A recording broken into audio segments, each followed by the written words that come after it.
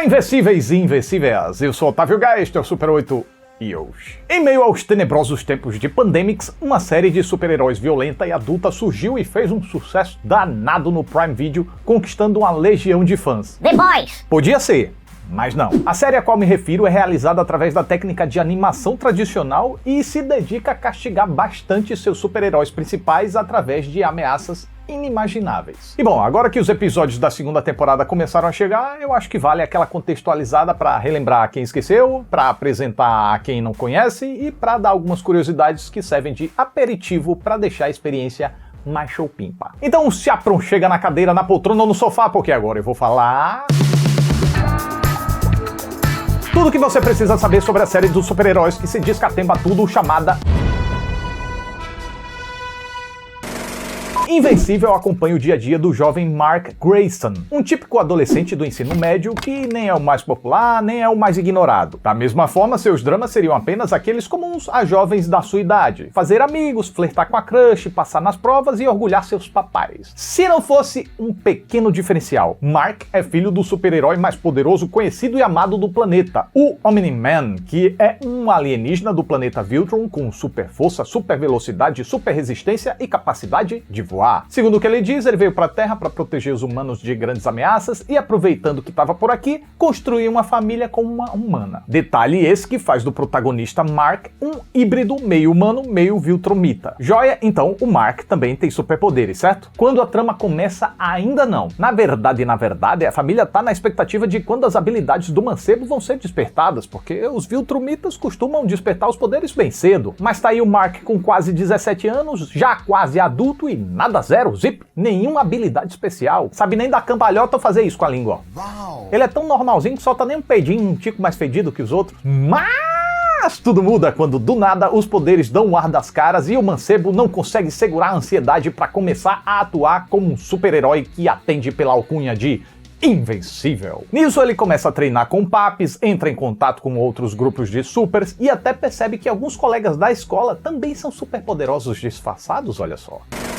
Ah, que lindo, que legal, que fofo, cuti amorzinho, mas pode parar porque o sossego do rapazote acaba aqui e daí em diante é só ladeira abaixo. Primeiro que a vida de super-herói não é tão fácil quanto ele imaginou. Mesmo com a super força, resistência, velocidade e voo que ele herdou do papai, ele não consegue compatibilizar a vida pessoal com a vida secreta de super. Segundo que nesse mundo cheio de pessoas super habilidosas, tem também muita gente pré-velsa com superpoderes que ele não vai conseguir dar conta sozinho. E terceiro, ainda vai ter uma reviravolta bexiguenta que é o que vai acabar ocupando o posto da problemática principal da série. E assim, o que começa com perigos episódicos que o Mark e outros heróis precisam resolver aqui ou ali, na verdade, era só a série preparando o terreno, apresentando os personagens pro panorama cabriocárico que tava pra chegar. Pra quem não lembra, o final do primeiro episódio da primeira temporada termina com o Omni-Man, o pai do Mark, atraindo aquele grupo de super-heróis chamado Guardiões Globais e mata todo mundo! Descatemba, desgrumela cada membro da equipe da forma mais sádica possível. Nisso a gente tá como? Mas que bexiga é isso que eu tô vendo? O que será que aconteceu? Ele tava sendo controlado por algum malfeitor, foi chantageado, tava doente, era alguém se passando por ele? Inicialmente a série alimenta essas dúvidas na nossa cachola, porém conforme a temporada vai se desenrolando,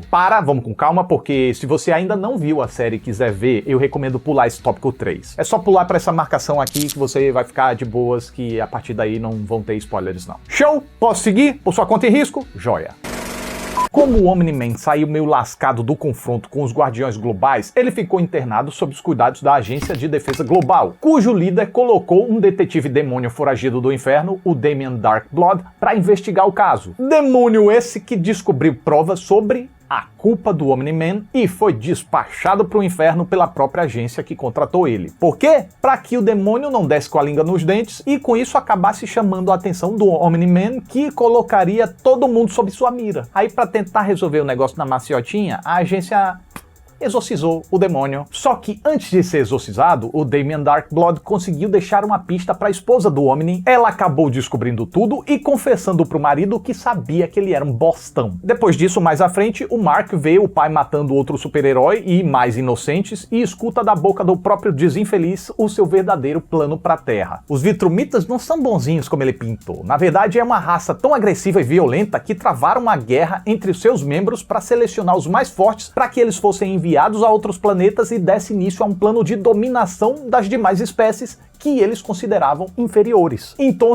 o Omni-Man não veio pra Terra para proteger os humanos coisíssima nenhuma. Ele veio pra cá seguindo a operação dos Vitrumitas para subjugar os humanos e dominar a Terra. E o Omni-Man acabou com a seiva dos Guardiões Globais para enfraquecer as defesas daqui. O Omni-Man que até conseguia simpatizar com os humanos, mas jamais colocando em pé de igualdade a um Viltrumita. Pois para eles, a gente não é mais do que pets. Mark fica bolado com essa história e tenta ganhar o pai na conversa. Se arrebenta. Tenta ganhar na porrada, se arrebenta mais ainda. E então, num dos momentos mais uou da série até aqui, o Omni-Man faz uma verdadeira faxina pela cidade, usando o corpo do filho como ferramenta de demolição, atropelando e trucidando as pessoas e ainda termina descendo um sarrafo pesadíssimo no seu próprio molecote, como se ele fosse um saco de pancada, deixando o pobre completamente desfigurado. Que nem aquele menino lá que apanhava das havaianas de pau. Eu aprendi que quando o Corinthians perde, a culpa é minha. Só que, após esse pandemônio, Omni-Man começa a ser assombrado pelas memórias que construiu na Terra, formando uma família, vendo o filho crescer e tal, e deixa o nosso planetinha rumo ao espaço sem maiores explicações. E assim termina a temporada 1.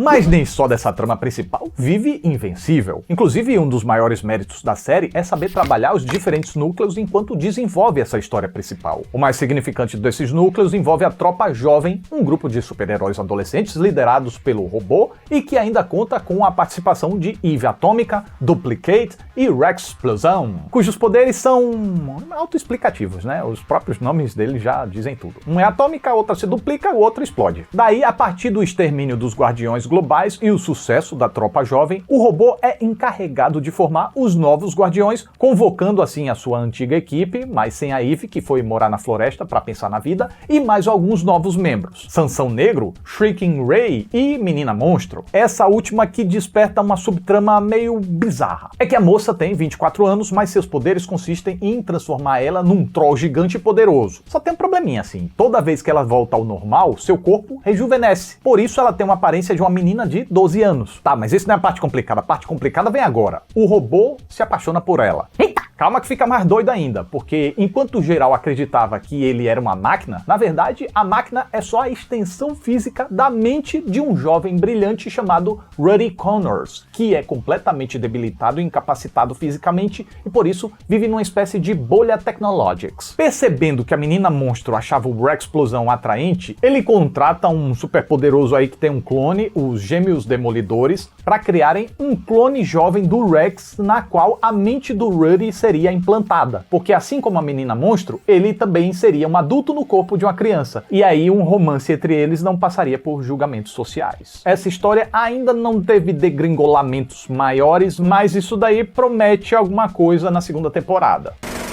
Parou por aí de subtramas? Coisa nenhuma. Parte importante da trajetória do Mark em se tornar invencível é assumir o papel do pai em missões espaciais. Nessa tal função, ele conhece Allen, o Alien, um tipo de assessor gente boa dos planetas candidatos a integrar a coalizão de planetas. O que é isso? É tipo um senado espacial de ajuda e proteção mútua entre os mundos. Allen visita os planetas para avaliar se eles teriam aliados fortes o bastante para ajudar no combate aos ataques e invasões dos Vitrumitas, porque os desgramentos são uns putos de forte e toda ajuda pra lidar com eles é pouco. Nesse bate-papo, Alan descobre que Mark é descendente de um Vitrumita e se surpreende ao perceber que um molecote é muito legalzinho e não um babaca como os Vitrumitas. Mas a visita, por enquanto, fica por isso mesmo, porque Alan confundiu a Terra com outro planeta, a Terra. Ou no original ele confundiu Earth com Urath. E então se mandou pra ele resolver o que tinha de resolver lá. Mas além desse encontro espacial, a série ainda introduz também a invasão Sekid. É que numa das missões espaciais do Mark, ele precisou acompanhar astronautas terráqueos numa expedição a Marte. Chegando lá, ele descobre que o planeta vermelho não só é povoado, como os marcianos ainda estavam passando perrengue com risco de serem possuídos por uma raça parasita. Mark dá no pé de lá, trazendo os astronautas humanos, deixa os marcianos largados à sorte, mas o que ele não percebe é que um dos astronautas era, na verdade, um invasor. Essa subtrama ficou em aberto, mas a ver como a série criou não só essa, como várias outras frentes, como a do cara de pedra lá, que usou a ajuda do Mark,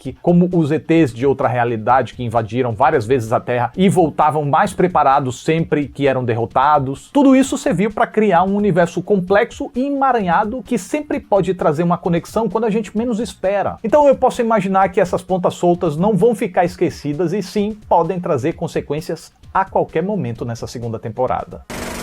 Mas agora, saindo um pouco da história, indo pros bastidores, você sabia que a série Invencível não é original? O quê? Não acredito. Então, a série é uma adaptação da HQ Invencível, escrita por Robert Kirkman. Sim, aquele mesmo lá que escreveu os quadrinhos de The Walking Dead e também foi produtor da série. E só você viu relações entre os superpoderosos daqui com heróis e vilões famosos de outras editoras, você não tá vendo coisas não. Tem essa inspiração mesmo, e Invencível até tenta fazer uma espécie de paródia também. As histórias em quadrinhos começaram a ser publicadas em 2003 e fizeram um sucesso porreta. Tanto que recebeu a indicação ao prêmio Eisner de melhor HQ estreante. Prêmio esse que é basicamente o careca lustroso dos quadrinhos. Ao longo dos anos, a história de Mark Grayson foi sendo contada com muita calma e a cada nova história trazia também novas bizarrices. No fim das contas, foram 144 edições que aparentemente não deixaram nenhuma ponta solta no background desses personagens, incluindo no que diz respeito ao Omni-Man, que se confirmou como um dos melhores personagens de toda a franquia. Por se tratar de uma adaptação, a primeira temporada da série conta com os arcos das primeiras 22 edições da revista.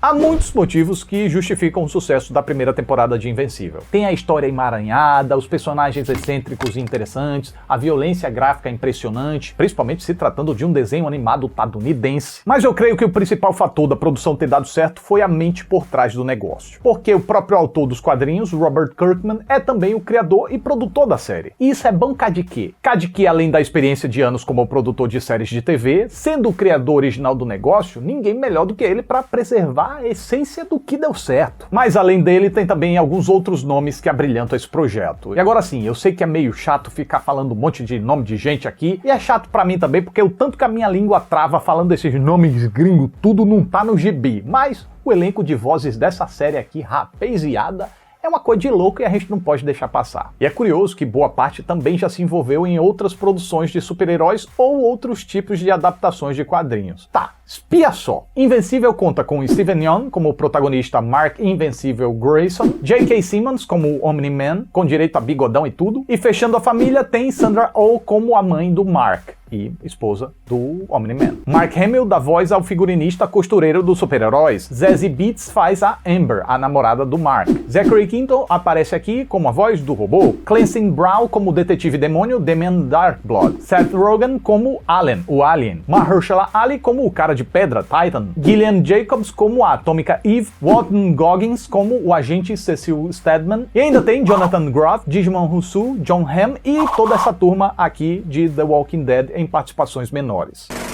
E bom, galerinhos, agora, finalmente, depois de 2 anos de espera, a segunda temporada chegou no Prime Video, com os episódios seguindo aquele mesmo formato de aproximadamente 45 minutos cada, lançados semanalmente todas as sextas-feiras. A trama agora parte do conhecimento que a gente já tem sobre o grande vilão da primeira temporada, quem ele é e o que ele quer com as suas trairagens. A cidade tenta se reconstruir após a devastação que aconteceu, o Mark segue sua jornada de super-herói, mas totalmente traumatizado pela surra que tomou, e ele apanha tanto que a cartela do título ganha mais e mais respingos de sangue a cada episódio para fazer alusão a esses babaus que ele toma. Fora que ele ainda anda assombrado pelo medo de se tornar alguém que ele não quer ser. Mas se você pensa que a série não vai botar mais ingredientes nessa farofa, errou feio, errou rude. Os realizadores aqui gostam de crescer pros lados, espalhando as ramificações para deixar tudo mais incógnito e imprevisível, e vão continuar assim fazendo isso aqui, porque dessa vez o grande destaque, pelo menos no início da temporada, é a chegada de um compadre que consegue viajar entre múltiplas realidades. Sim, tem multiverso aqui também. E se você já tá meio saturado dessa temática, vou só passar uma dica aqui dos meus contatos, que isso aqui é um arco importantíssimo das HQs e que não foi colocado na série só pra aproveitar o hype não, tá? É um negócio que já vem lá dos anos 2000. Além disso, ainda deve chegar um personagem que é capaz de mudar sua aparência, o que promete causar um rebuliço daqueles. Agora, deixa eu confessar uma paradinha aqui pra vocês. Quando essa série chegou, uns 2 anos atrás, eu não dei bola não. Ah, desenho, depois eu vejo. Só que agora eu finalmente fui dar uma atenção e, rapaz, eu não precisava falar isso aqui não, porque a publicidade é só pra apresentar a série. Então, o que eu vou dizer aqui é totalmente por minha conta, tá bom? Pois bem, então. Que negócio massa. Começa meia aguinha com açúcar, mas era só a série se fazendo, porque de repente o negócio vai entrando numa espiral de... Eita, que é isso que eu tô vendo? Pronto. É só isso que eu vou dizer. Faz o seguinte, quem já viu, deixa aí nos comentários seu depoimento pra dizer se eu tô mentindo. Então é isso, mais um Super 8 tá chegando ao final. Eu fico muito grato pela atenção de vocês. Muito obrigado, até a próxima aí. Tchau.